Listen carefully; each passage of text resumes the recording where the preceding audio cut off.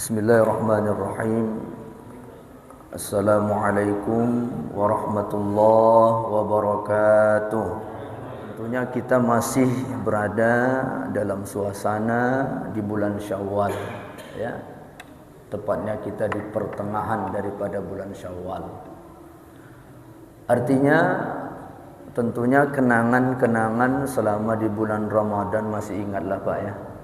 Bagaimana ibadah-ibadah yang kita lakukan di bulan Ramadan biasanya lebih meningkat Pak, daripada hari biasa. Namun kata ulama, tanda berhasilnya suatu ibadah ialah ketika memunculkan kebaikan ibadah yang lain dalam diri kita.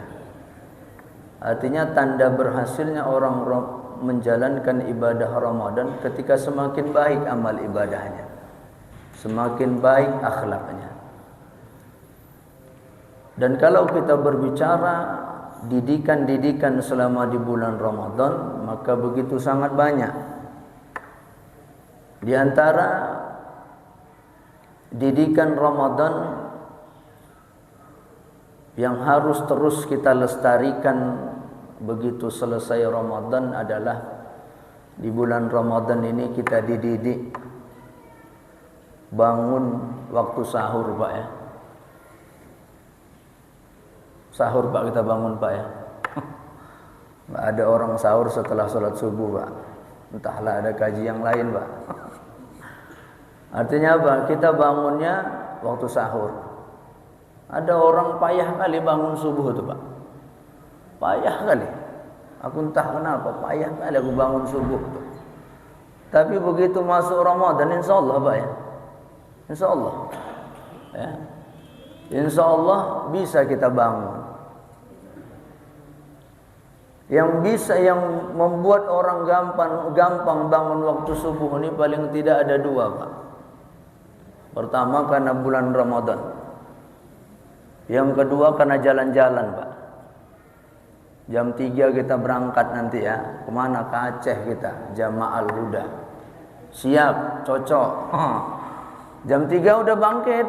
Kita sholatnya subuhnya nanti di jalan.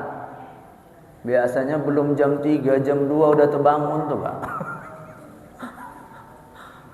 Itulah kata orang, sebenarnya niat yang paling penting Pak. Ya, artinya apa? Salah satu yang dididik kita di bulan Ramadan ini bangun waktu subuh. Sebenarnya memang waktu subuh ini waktu yang harus senantiasa kita incar Pak. Kita kejar, kita pantau. Kenapa? Karena memang waktu subuh ini banyak keutamaan Allah berikan Pak, yang tidak Allah berikan di waktu-waktu yang lain. Maka bagi seorang mukmin ini waktu subuh ini waktu yang harus dikejar. Karena memang banyak keutamaan Allah sediakan di waktu subuh.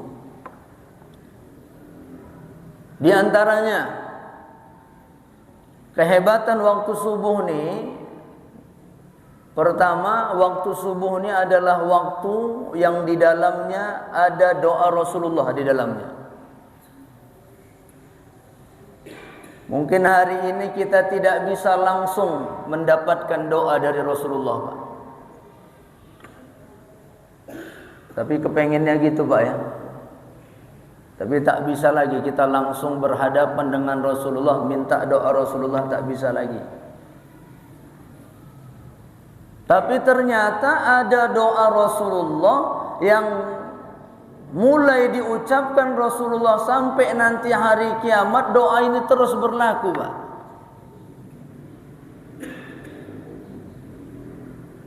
Itulah doa Rasulullah yang diriwayatkan oleh Imam Abu Daud, di mana Rasulullah berdoa, Allahumma barik li ummati fi bukuriha, kata Rasulullah. Ya Allah, berkahilah umatku di waktu subuhnya. Itu dia. Kan luar biasa Pak, ya, doa Rasulullah. Doa yang paling makbul ya doa Rasulullah Pak. Ya. Dan orang yang bangun di waktu subuh itu otomatis mendapatkan doa Rasulullah. Tapi yang menarik dari doa Rasulullah nih, yang didoakan Rasulullah bukan hanya orang mukmin atau muslim, tapi ummati. Siapa saja yang bangun di waktu subuh, ya Allah berikan keberkahan di dalam hidupnya.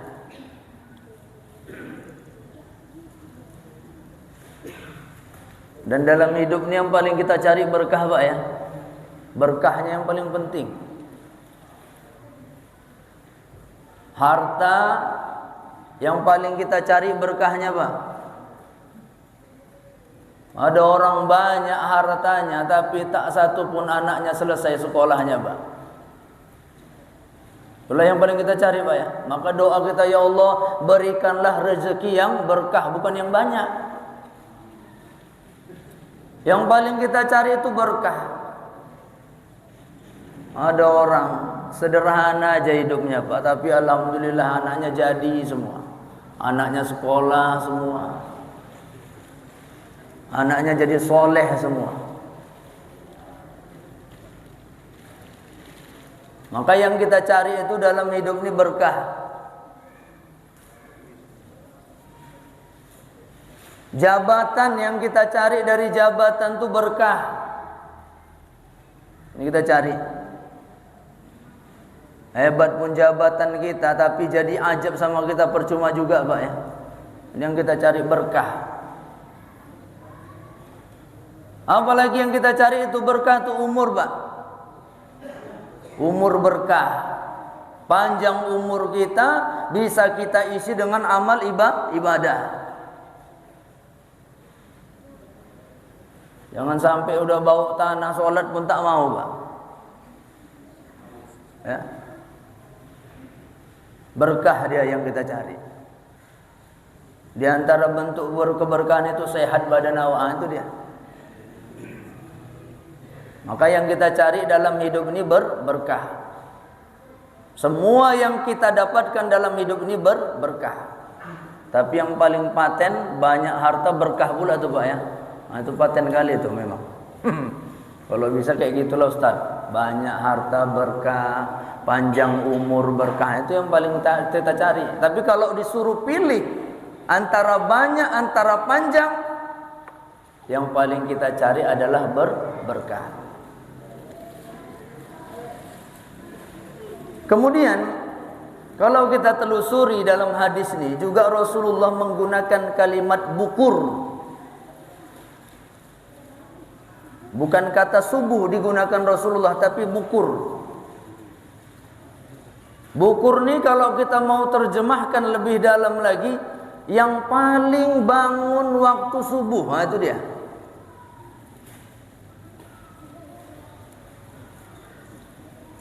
Semakin cepat kita bangun di waktu subuh itu, maka doa Rasulullah, keberkahan dari Rasulullah itu semakin banyak kita dapatkan.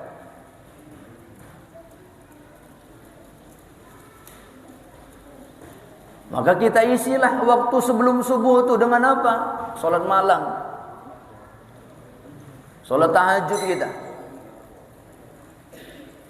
Dalam hadis Rasulullah menyebutkan, inna syarafal mu'min qiyamuhu bilailihi. Mukmin itu akan semakin mulia dengan solat malam yang dia laksanakan. Dan alhamdulillah di Ramadan kita dibentuk itu, Pak ya. Selesai kita sahur, kita laksanakan solat tahajud. Maka selesai Ramadan tahajudnya jangan tinggalkan, Pak. Kenapa? Dengan solat tahajud yang kita laksanakan itu, mudah-mudahan doa Rasulullah di waktu subuh itu kita dapatkan.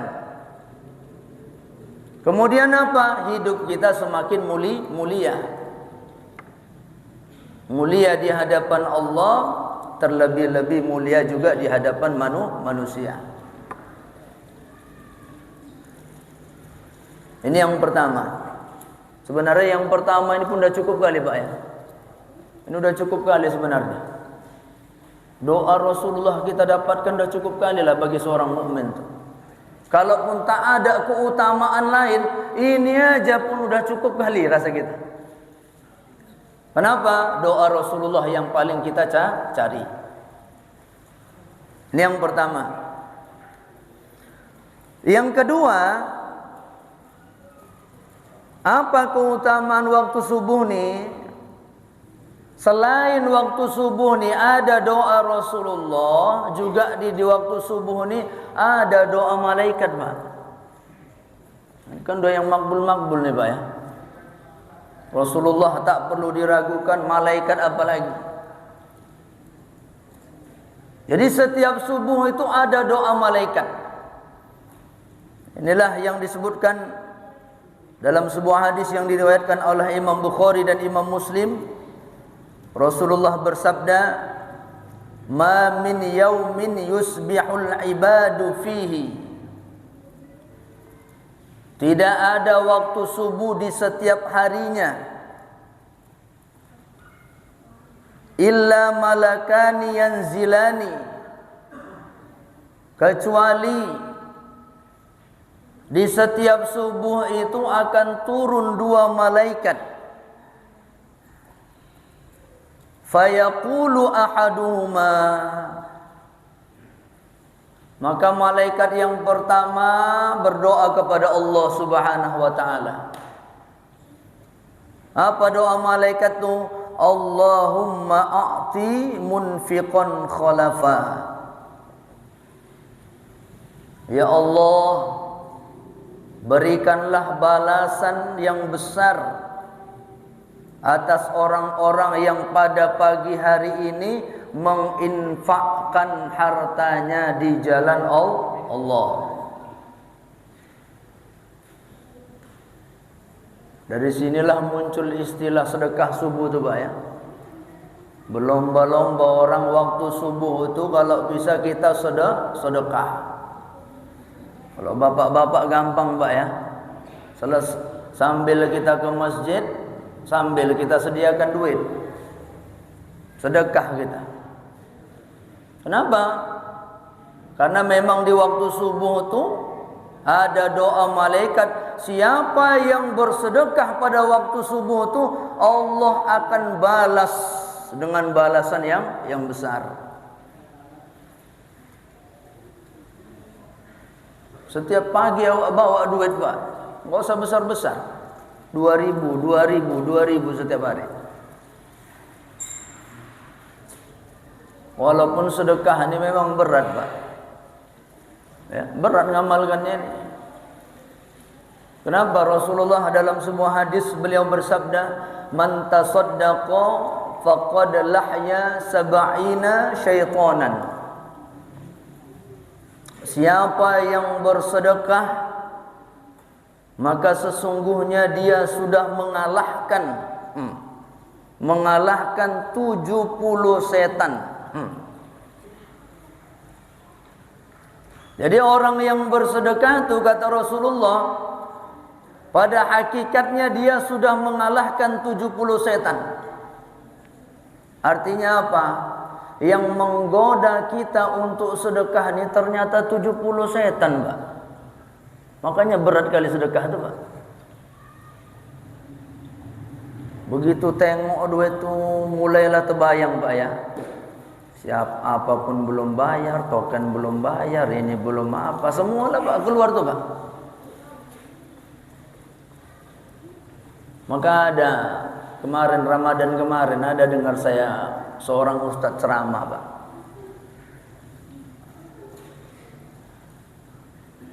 Kenapa di masjid-masjid kita nih, di Medan Utara nih terutama, kalau Jumat itu selalu ada pisang, Pak. Kan selalu pisang, Pak ya. Di sini ada, Pak. Ada, Pak ya. Saya suka itu di Pasar 7 tuh. Senantiasa ada pisang tuh, Pak. Jadi kata Ustadz itu ada sejarahnya tuh rupanya, Pak. Cuman kata Ustadz itu pun belum valid juga ceritanya ini, kata. Ya. Enggak bisa dibuktikan juga kebenarannya. Jadi kata beliau, kenapalah pisang di setiap Jumat tuh? Rupanya ada cerita, Pak. Kalau Medan Utara nih kan dulu kan orang kerjanya ke laut, Pak ya. Iya, Pak ya. Di sini dulu pun ke laut juga orang, Pak ya. Ada sungai dulu ya. Tapi kalau orang lama lah, kalau orang baru enggak lagi lah. Dulu ke laut orang. Jadi ceritanya ada seorang nelayan berangkatlah dia ke laut. Sampai di laut, entah bagaimana tiba-tiba datang ombak besar, Pak. Badai. Kalau dihitung-hitung hebatnya badai itu enggak mungkin selamat dia nih. Akhirnya apa? Dia pun berhajat. Ya Allah, tolong selamatkan aku dari badai ini ya Allah.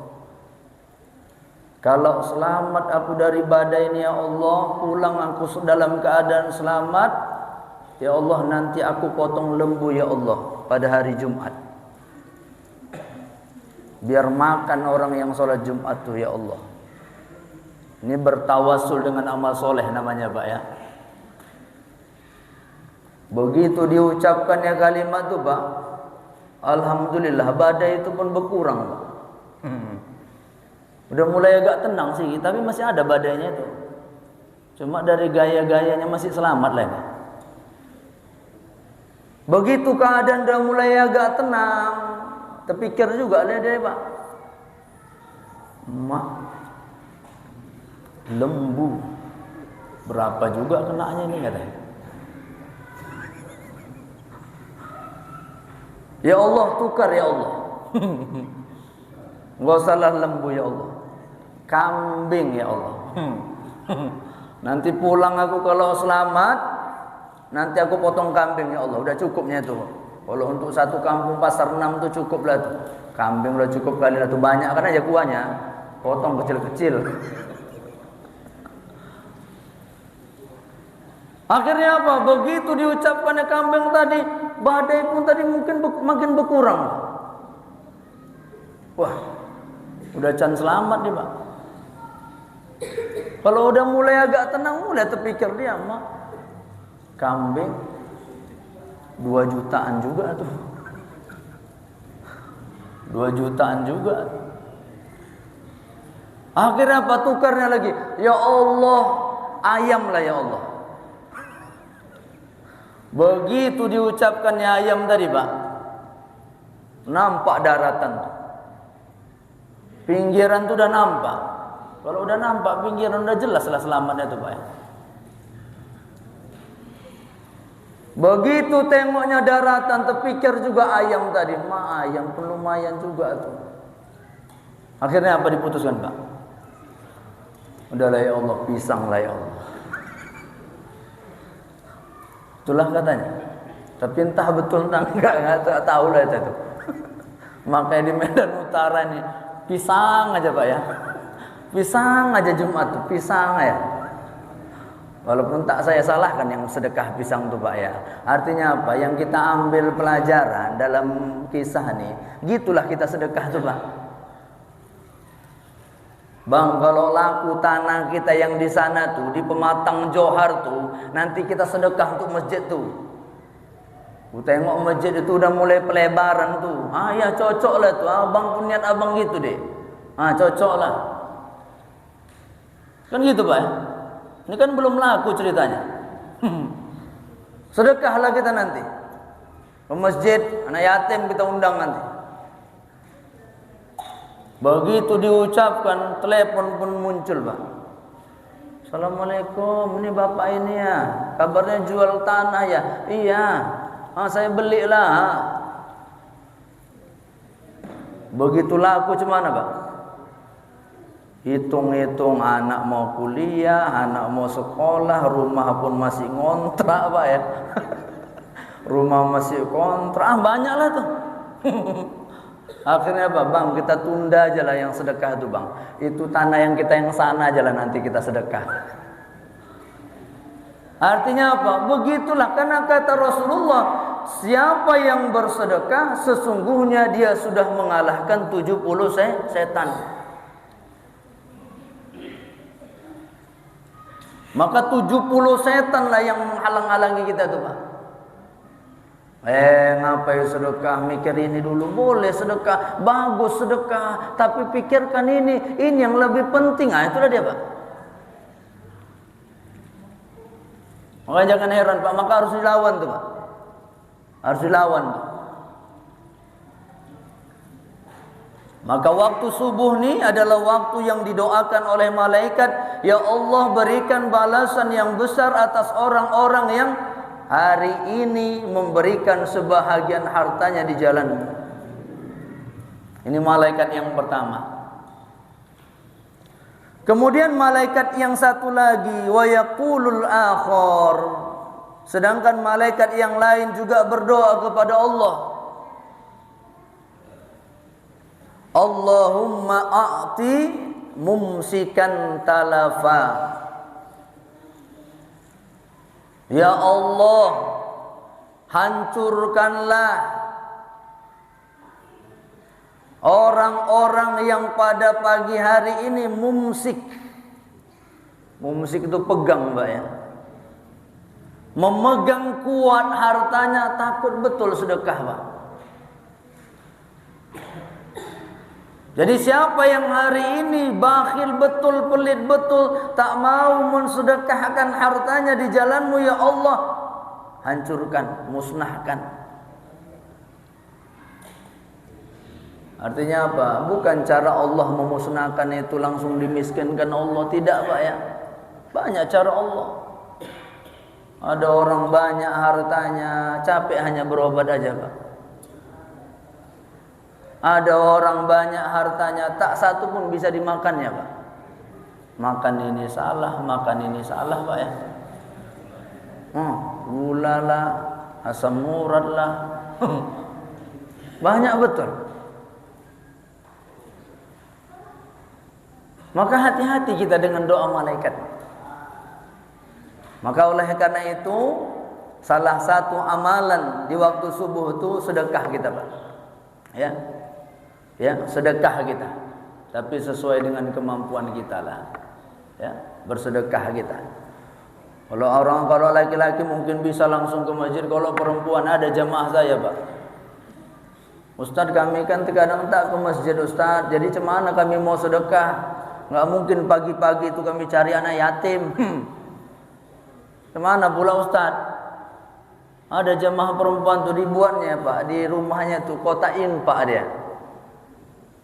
Dibuatnya kotain Pak, setiap subuh tuh masukkannya. Setiap subuh masukkannya. Setiap subuh masukkannya. Udah sebulan barulah. Ya, dibelikannya tas anak yatim, ya, dibayarkan uang sekolah anak yatim, macam-macam lah. Walaupun besar juga ujian Ustaz katanya. Itulah tadi setan tadi Pak. Begitu ditengok duit tadi tuh lumayan juga nih ya. Siapa belum bayar uang buku pula atau sekolah. Ujiannya pun besar juga tuh Pak. Kalau kayak gitu tuh ya. Tapi itu dia. Kalau mau diamalkan seperti itu, namanya sedekah subuh. Maka oleh karena itu Ibnul Qayyim menyebutkan dalam kitab beliau Zadul Ma'ad, kata beliau ada 4 yang menghalangi rezeki kita nih Pak.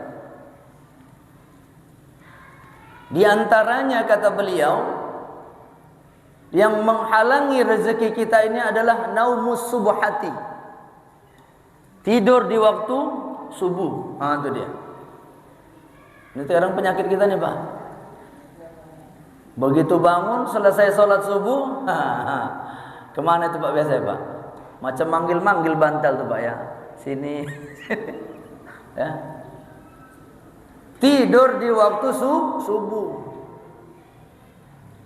Maka ini tidur di waktu subuh ini adalah sesuatu yang dimakruhkan oleh ulama.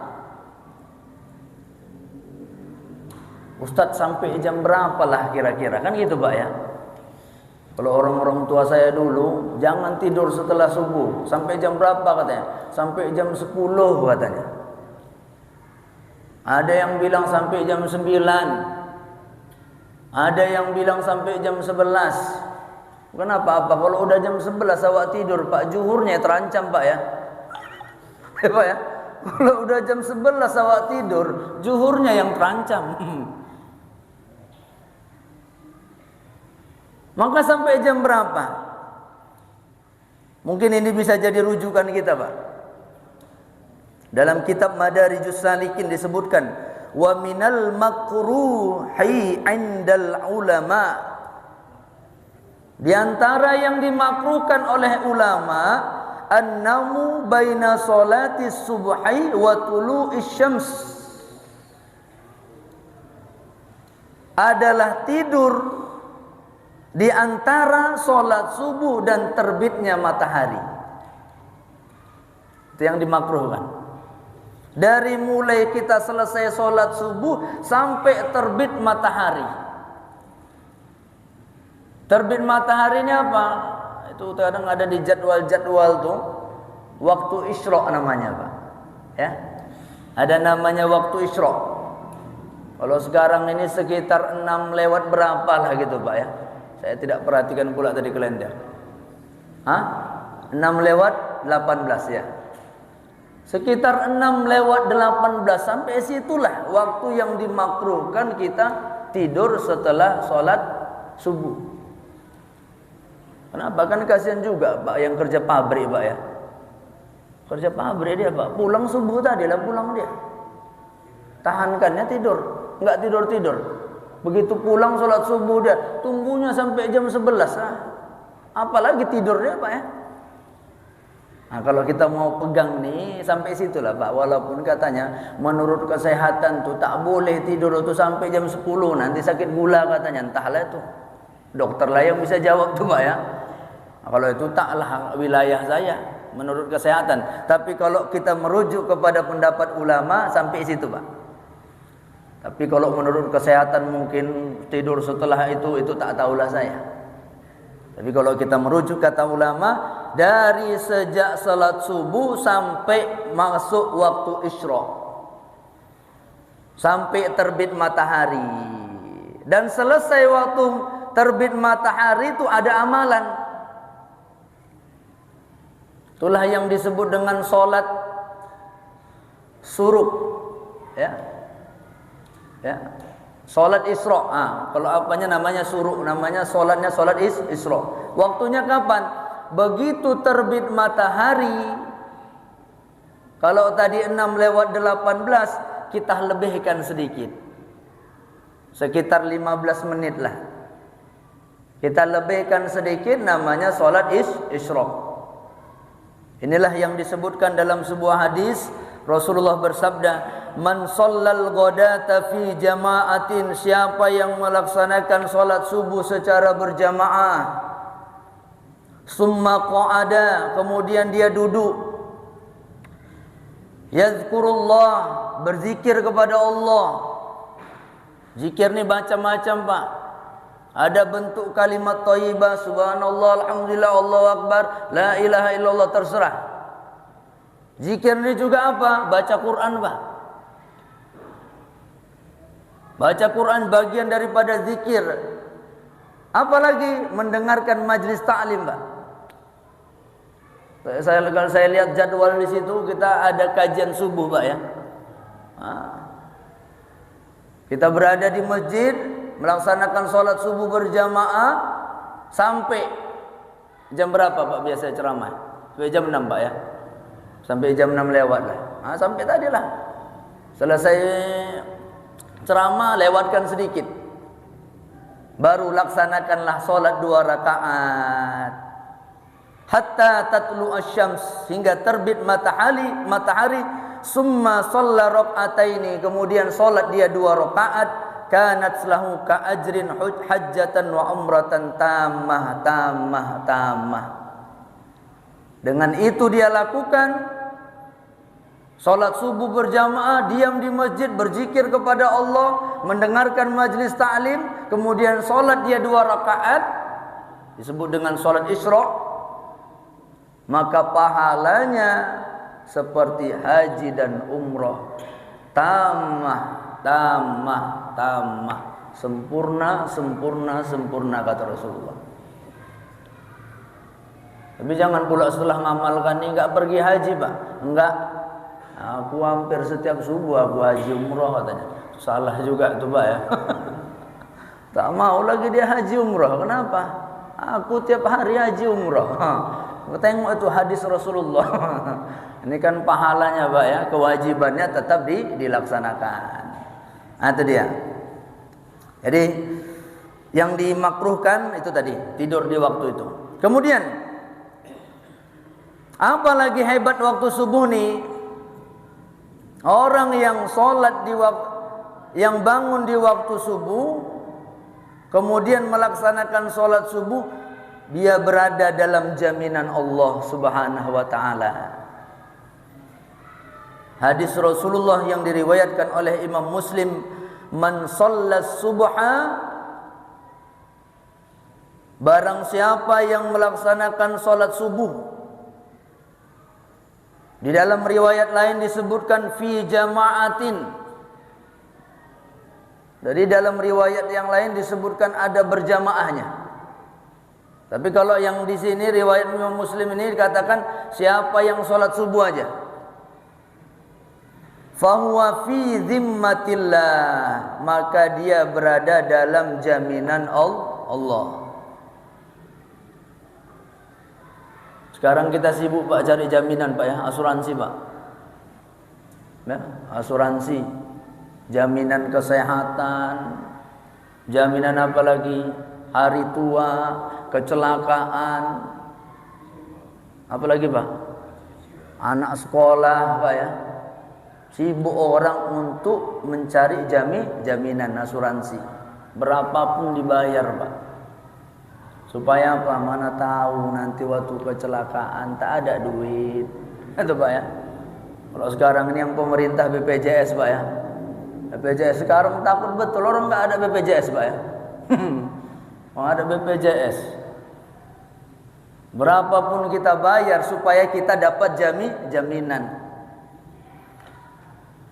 Tapi jangan sampai kita sibuk cari jaminan dari makhluk, kita lupa mencari jaminan dari Allah. Dari makhluk kita mengharapkan sesuatu, bisa kecewa, Pak ya. Udah kita masukkan asuransi, bangkrut asuransinya, entah kemana larinya, Pak. Banyak gitu, Pak ya.